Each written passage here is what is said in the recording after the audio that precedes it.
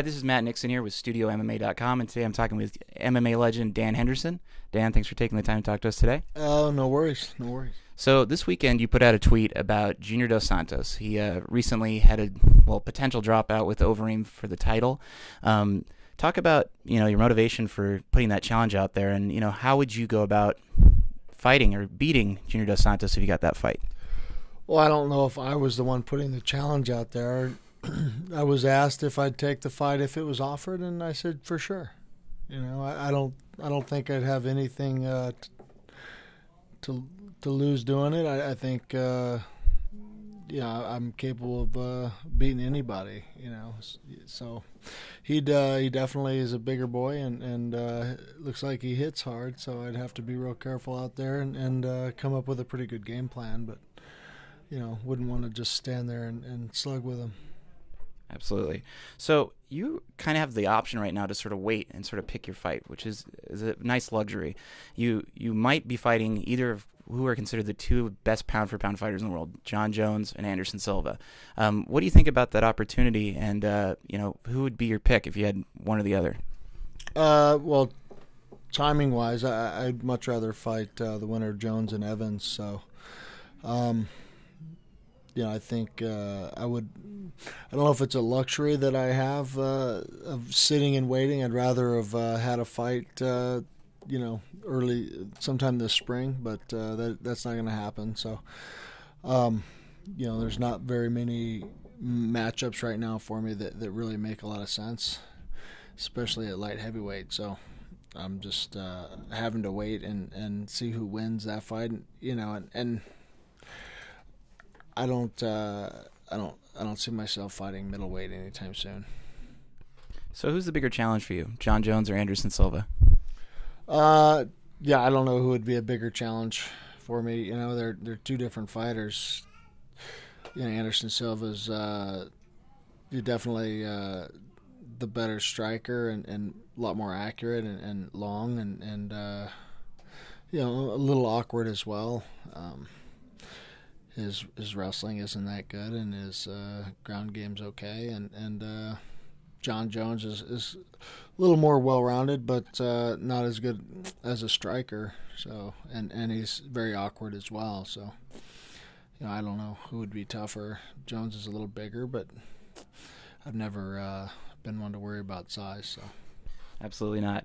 So, in the news last week, we had Overeem testing with a very high testosterone ratio, and you've always been someone who's responsibly used TRT.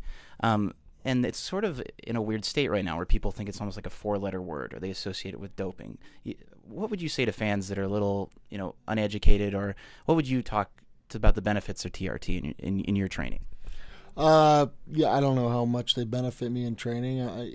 I'm sure it does to a point, but I noticed I started taking it a long time ago when I was getting sick all the time and just not a whole lot of energy. I was still training hard and able to train just as hard. I just would have to lay on the couch half the day. But I don't know. I just I think that they should do a lot more random testing and make sure things aren't getting abused. And I think that a lot of the fans will probably respect that a lot better. So you feel like you could compete without it? It just sort of gives you a small boost of energy? I'm sure that, I could compete without it, but, I'm tired I was tired of getting sick all the time and didn't know why I was so tired. So, I don't know. I've been taking it for about 5 years now, so.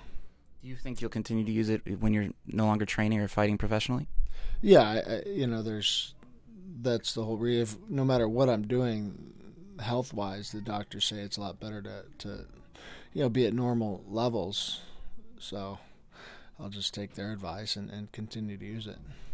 I know you're saying that you only have maybe a few fights left or a couple of years left in your fighting career. Do you have an idea of kind of what you want to do after your MMA career ends? No, I'm sure that I'll continue to coach at my gym and coach my guys and stay involved in the sport in that way. And we'll see. I enjoy everything about the sport. I don't know if I'll go through withdrawals, not competing anymore. I grew up wrestling and competing, since I was 5 years old. So be a little shocked to not do anything. You've been fighting at a high level pretty much your whole career. I mean, fighting top guys. Even today, you're at the peak of fighting for either one or two belts. What kind of legacy do you want to leave behind? Do you envision yourself as a UFC Hall of Famer, or, I mean, perfect picture? What would you like to see happen? I don't know. I haven't really thought too much about the Hall of Fame at all. It's not something that's a goal of mine.